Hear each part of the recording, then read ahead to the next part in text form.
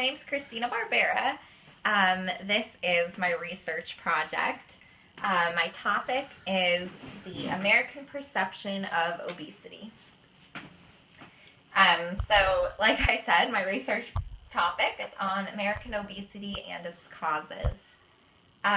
So what's the purpose of the study? Well, the purpose is to find out the average American's perception on the causes of obesity in the United States. So I really wanted to find out a little more research on a few questions. So I had 3 questions specifically that I wanted to research. One of them being, is food distributed to the public a main cause? My second research question is it because of the low-fat diet myth, or is it because of living a non-active or sedentary lifestyle? So here's my literature review, just for an oversight on obesity. From obesity, more than 280,000 Americans die from obesity each year. And it's researched that by 2030, 86.3% of American adults will be obese or overweight. And it's also one of the leading causes of premature deaths in America. So it's just very important to really try to solve this issue and why people are just getting larger in spite of all of the health information out there. So a few of the major causes of obesity. One is the food sold today. There's a lot of bad food being distributed to the public.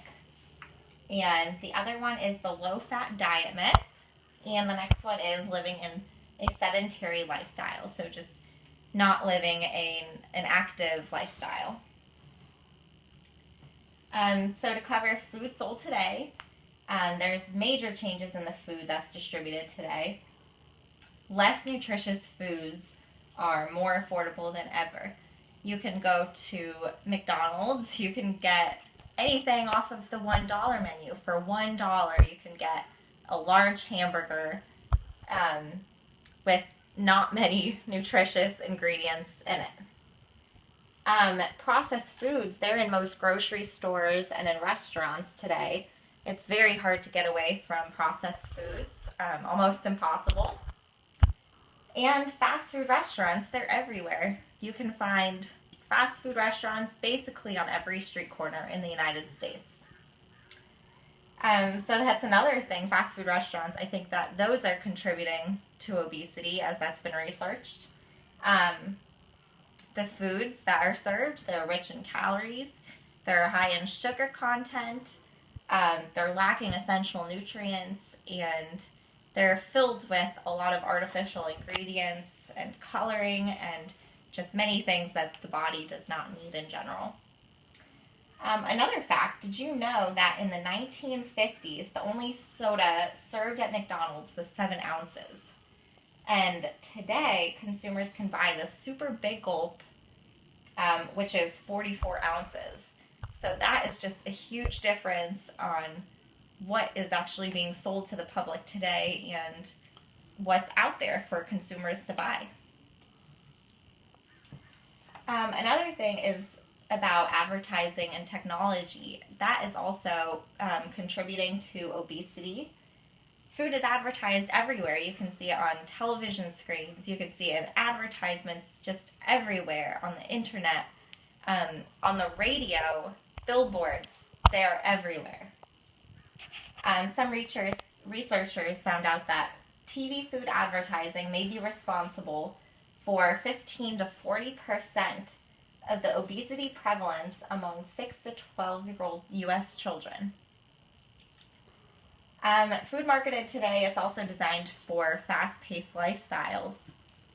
This leads to more fast food in households, as well as more fully prepared meals. Even women are a great example of this, how today many more women are not so much in the house, being a stay-at-home mom or just working in the household, but many now today have outside jobs, and they have a faster paced lifestyle, so they need to have quicker meals, or they just don't go through the long preparation of preparing a fully cooked meal. So a previous study regarding food sold today, well, sugar is added into most products today, so it's especially in beverages. You'll even find it in many condiments, it's pretty much in everything. So a study was done by researchers, Bermudez and Gao, and they wanted to research the link between obesity and sugar consumption. So they had 947 participants, and the participants were measured by the amounts of sugar from beverages and their waist circumference and their body mass index. So all of these were measured on the participants over a period of time. What is body mass index? Well, it's just a way to measure if a person is underweight, if they're overweight, or if they're at the right weight. So if you have a body mass index of 30 or higher, then you're considered obese. So the result of this study was that those with the highest sugar intake, they had the highest risk of obesity. After the tests being done, they were found that they were higher at risk than the others, and they had more health-related issues. So in the literature review, I also covered the low-fat diet myth. This myth has been pushed by the media and the government for decades now. This is the myth that foods that are labeled low-fat or fat-free, they're considered to be healthier. Now, what is the truth? Well, low-fat or fat-free foods do not help with weight loss. People who eat these foods, they're more susceptible to obesity and various other health problems. Some examples of low-fat foods, well, that's skim milk, low-fat milk, low-fat yogurt, low-fat cheese, margarine. It can really be almost any food product, and that they just take the fat out of it, and it's just less healthier. So low-fat foods, they're often high in calories and sugar to replace the fat. So they usually are less healthier than foods that have their full fat content. So the media, they have also contributed to this myth. Just for a fact, it was researched that in 1993, 86% of 17,000 women said that they learned about nutrition and low-fat diets from magazines. These magazines were mostly home magazines and just the occasional glamour magazines. So most of these women, they got their nutritional information from these magazines instead of from real research. So this myth can be called politically correct nutrition. So politically correct nutrition, it's based on the assumption that we should reduce our intake of fat, particularly saturated fats from animal sources. So fats from animal sources also contain cholesterol, presented as the twin villain of the civilized diet. So it's researched also that the human body needs healthy fats in order for the body to function properly.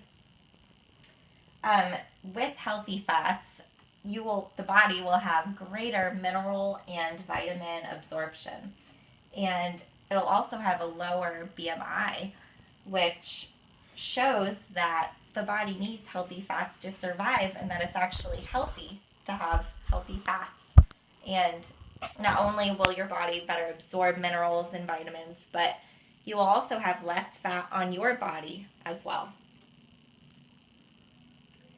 So just a little fact, raw milk and butter are actually very healthy. They should definitely come from grass-fed cows that only feed on grass and not other various substances. And vitamin A, it's best absorbed from butter than from any other source. So research does not support the claim that butter causes chronic high cholesterol values. According to researcher Dr. Weston Price, who was a researcher back in the early 1900s, saturated and monounsaturated fats are very good for the body. So these fats, they protect the liver, they lower the risk of heart disease, support the immune system, and they also help with weight loss. Researcher Mann, his name was Mann, he went to northern Kenya and he went to find the Samburu tribe. He went there to find the correlation between obesity and high cholesterol from a high consumption of saturated fat from dairy and meat. So, a few facts about the Samburu tribe. They consumed 400 grams of fat each day. They ate mostly animal meat and organs and raw milk, and they had a diet of 60% saturated fat. So that is almost considered just completely terrible in the United States today. So researcher Mann and his co-workers, they found that the tribe had great blood pressure, no obesity, very little heart disease, very low cholesterol levels, and altogether they were significantly healthy. In my literature review, I also covered sedentary lifestyles. Research shows that there's a link between excessive sitting and weight gain. And there's also a link between weight gain and excessive media use in children. Screens on televisions, phones, computers contribute to kids living an inactive lifestyle. Occupational sitting also contributes to weight gain.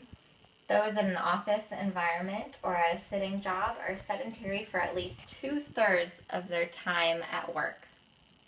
And this doesn't even count sedentary time at home watching television or whatever else it may be.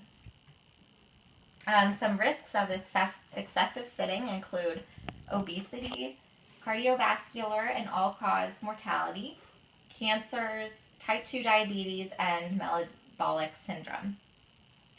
Another little side note, did you know that in 1950 only 2% of households had televisions?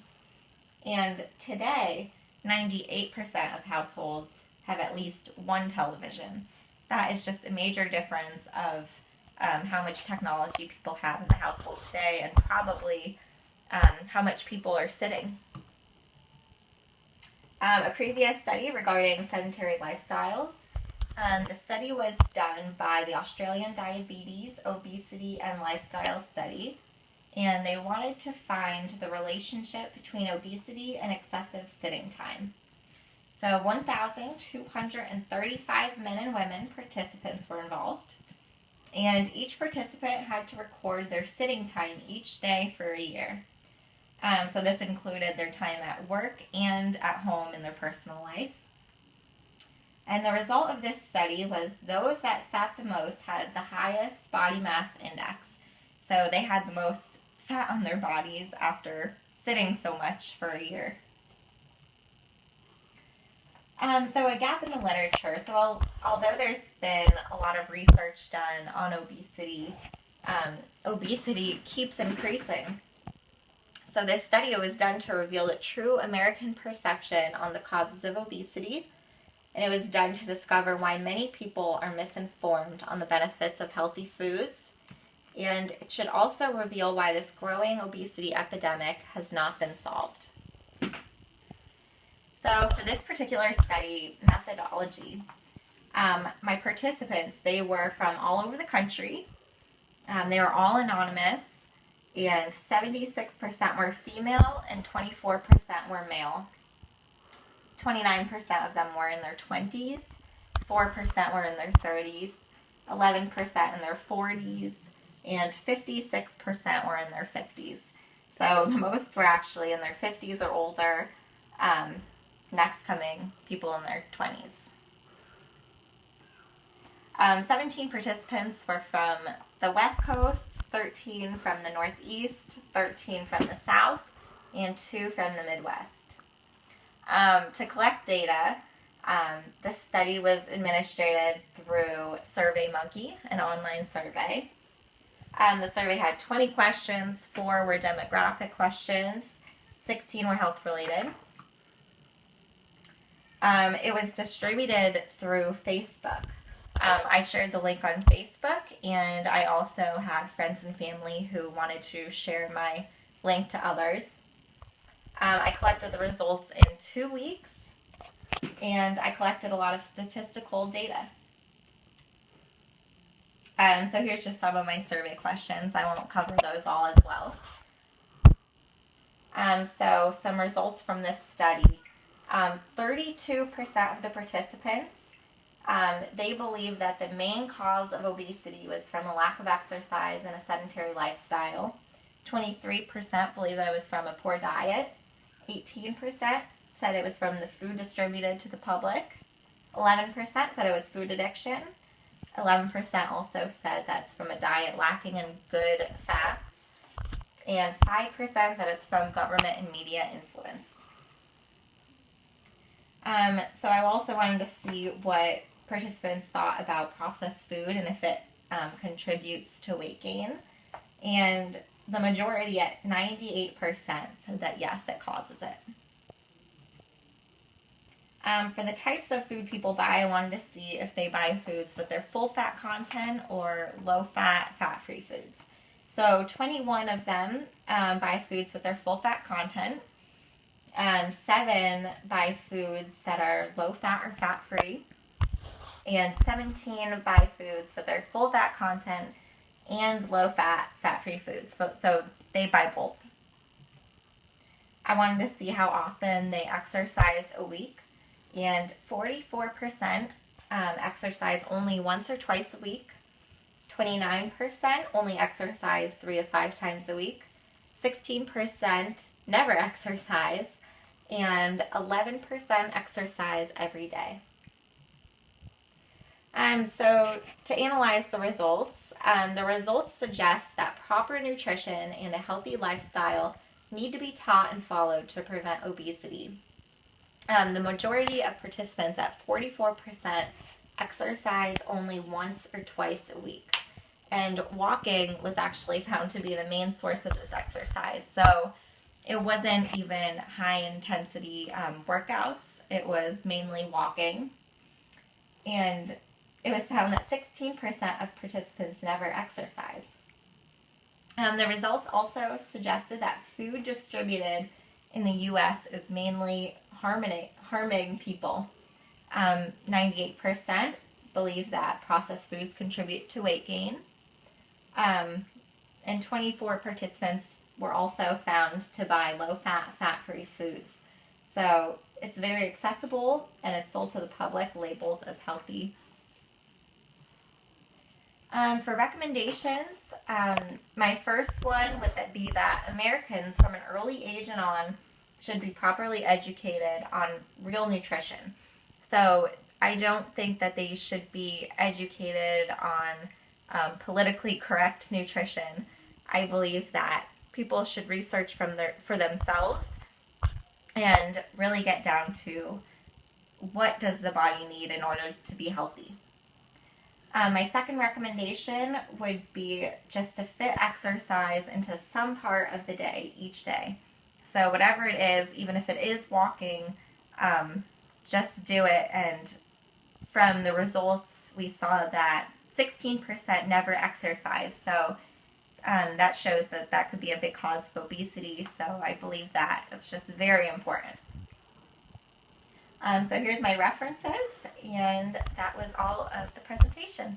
Thanks for watching.